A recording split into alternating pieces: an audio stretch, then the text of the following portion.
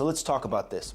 5 signs that you're a bad leader. Number 1, your people fear you. I actually had one of the guys in my leadership development group some years ago say that he loved the fact that some of his people feared him and that it was a goal of his to instill just a little bit of fear in his people. And needless to say, I spent the next 3 months trying to help him unlearn that behavior and destroy that programming. That's a terrible strategy for leadership, but unfortunately it is relatively common. Look, people will comply out of fear, but they'll never commit. And if we're gonna build high-performing teams, if we're gonna build a positive, high-performing culture, and we're gonna grow leaders out from underneath us, we can't have them in fear. We have to have them feeling supported and safe and trusted. And so fear, leading through fear or trying to have your people fear you is not a good leadership strategy for the long term. Yes, it can be a motivator in the short term. People will get motivated and get things done out of fear, but ultimately, again, it's not a long-term strategy. What we're looking for is to lead teams to perform at high levels consistently over time. That takes a feeling of trust, a feeling of safety, and a feeling of support. Fear won't get you there. So if fear is part of your leadership strategy, you're a bad leader. Number 2, you avoid difficult conversations. Silence is the slow death of any culture, and a lot of leaders think that by avoiding difficult conversations, they are maintaining the harmony or keeping the peace. But what they're really doing is protecting their own comfort. Avoiding accountability conversations destroys trust faster than any bad results ever will. So those difficult conversations need to be had, and they need to be had on a regular basis. And there's studies on this of employees say that regular feedback and somewhat difficult conversations actually help them improve their performance. And where most leaders fall short is that they either stay silent or they sugarcoat feedback when they do give it. So if this is you, if you're a leader that's avoided difficult conversations, I encourage you to replace your silence with clarity. People want to know where they stand, they want to know where they can be better, and they want to ultimately earn your trust. Give them all the reasons and all the ways that they can earn your trust through having the difficult conversations. The 3rd sign that you're a bad leader, you don't model what you say or what you expect from your people. There's a little saying that I think perfectly articulates this, and it says that you can't lead where you won't go. Bad leaders demand expectations of their people that they don't live.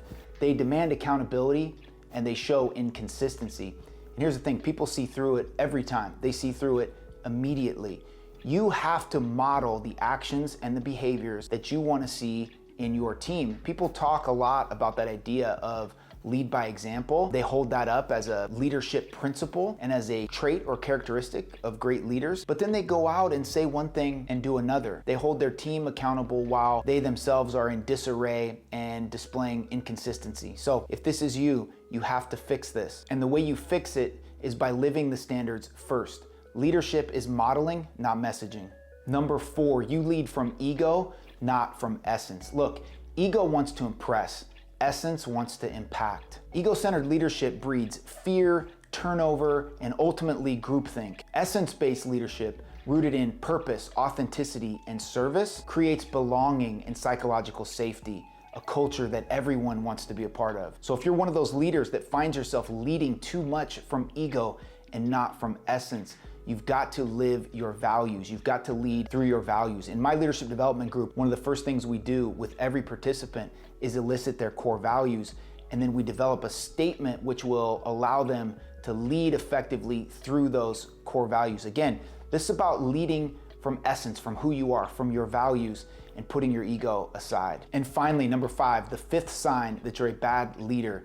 You confuse busyness with effectiveness. Look, activity isn't the same as impact. Weak leaders or insecure leaders often try to justify their value or prove their worth by being involved in everything.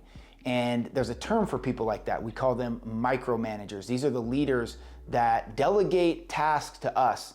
They say that they've empowered us to make decisions and do our job, but yet they come behind us and check our work and meddle in everything that we're doing. And obviously this isn't a culture that anybody really likes to operate in. Great leaders hire good people, and then they train their people how to do their jobs effectively, and they empower them to make decisions and do the job the way that they were trained to do it. So if you're one of those leaders that finds yourself trying to meddle in everything that your people are supposed to be doing in a way to justify your big salary or prove your worth, just stop. back up, take a couple deep breaths, and understand that your job as a leader is to help others do better work than they could have done alone. In other words, they'll be better because they've come in contact with you, better because you were their boss, because you were their leader. Ultimately, the goal of any leader should be to grow leaders out from underneath them. And if you're somebody that gets involved in micromanaging and is trying to look over the shoulder of your employees all the time, you're not empowering them, you're handicapping them, and you're stunting their growth. So if that's you, step back, let your people do their thing, and trust that you've trained them up to do their job well, and that when you empower them to make decisions, you're ultimately helping them grow into the leaders that you want them to become. So those are the 5 signs of bad leaders. If you're doing any one of those 5, you might be a bad leader, and I encourage you, rethink your strategy, get some training on leadership, maybe ask your team how you could be a better leader, how you could better serve them, because ultimately they are only going to go as high as you allow them to go. So you have to continue to grow and evolve and get better as a leader to allow your team to continue to ascend. You're going to either be the lid that holds them down, or you're going to be the ladder that helps them climb to the next level. So if you got value from this video, hit that like and subscribe for me, and we'll see you on the next one. Thanks so much.